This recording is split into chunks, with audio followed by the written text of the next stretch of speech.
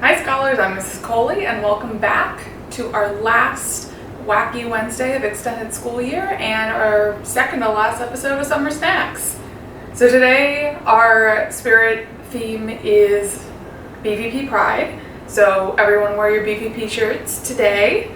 And we are going to be making Froyo bites as our last frozen summer snack.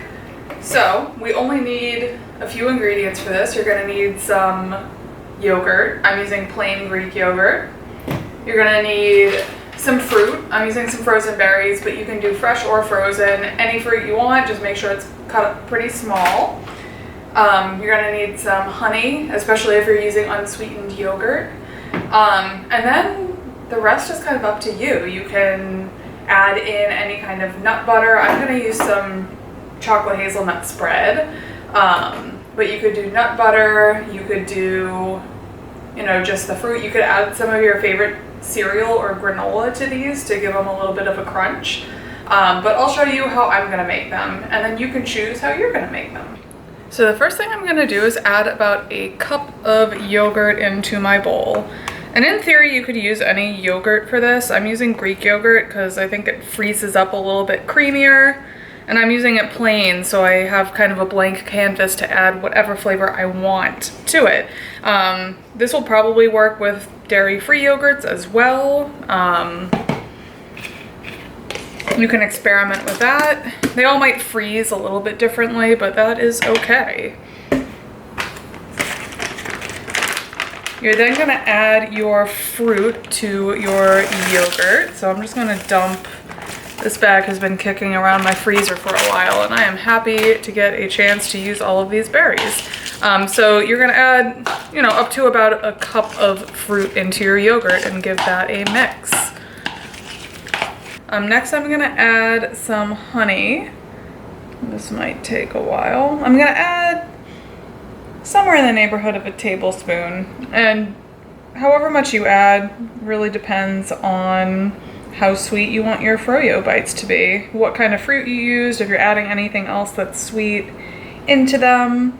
It's really up to you. And you can use other liquid sweeteners as well, like you could use corn syrup, I guess, if you wanted to, or you could use like agave syrup. Maple syrup would be very good, I think. So mix that in.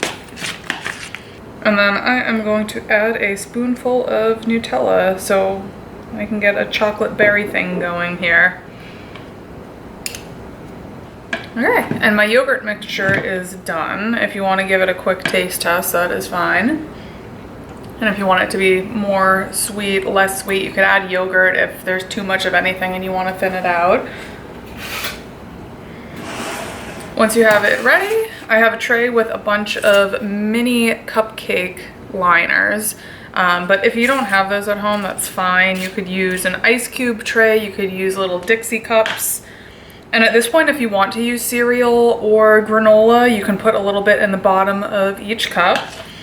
And then just put a little bit of your yogurt mixture in each cup.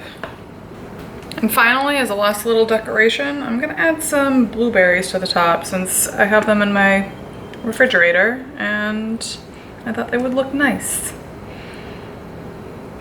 And then just to make sure my yogurt is filling these little cups fully, I'm just gonna give it a tap on the counter. And then I'm gonna put these in the freezer for at least 2 hours, but probably overnight.